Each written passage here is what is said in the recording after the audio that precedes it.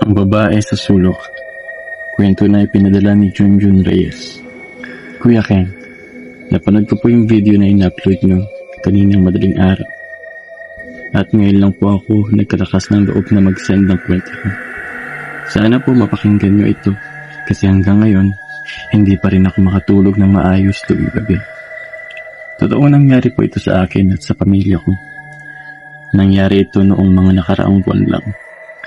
Nagtatrabaho po ako bilang security guard sa isang lumang building dito sa Maynila. Yung building po kasi matanda na at madilim kahit may ilaw. Madalas ako sa night shift kaya sanay naman ako na mag-isa lang. O akala ko sanay na ako.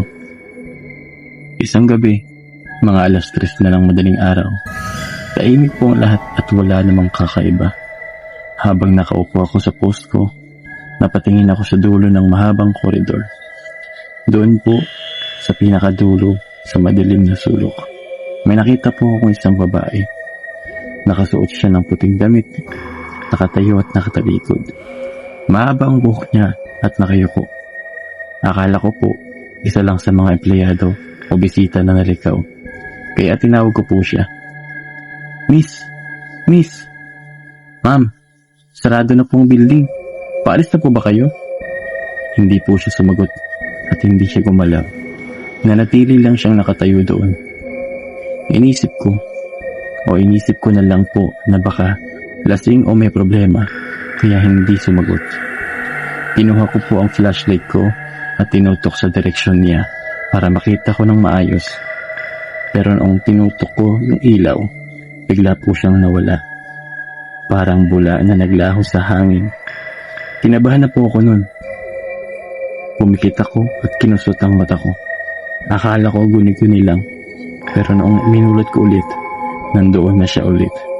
Pero this time, nakaharap na siya sa akin. Wala po siyang muka.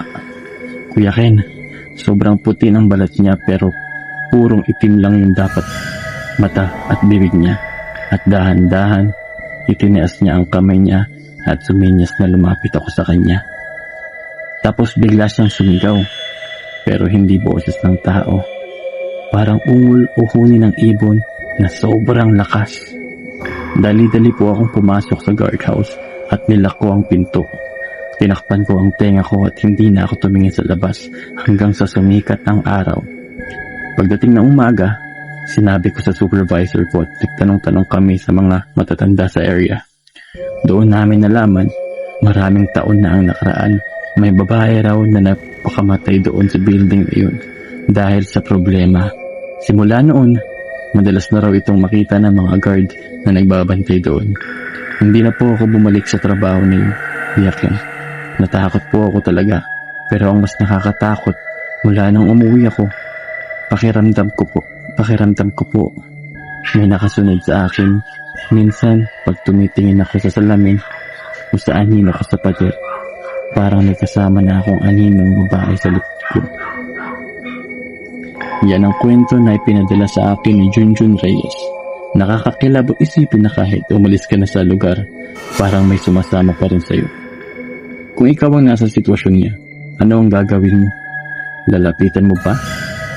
O tatakbo ka na kaagad?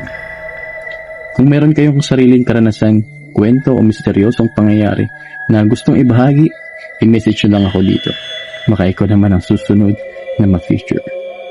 Ako si Kuya Ken at hanggang sa muli. Ingat kayo palagi, lalo na kapag madilim ang paligid.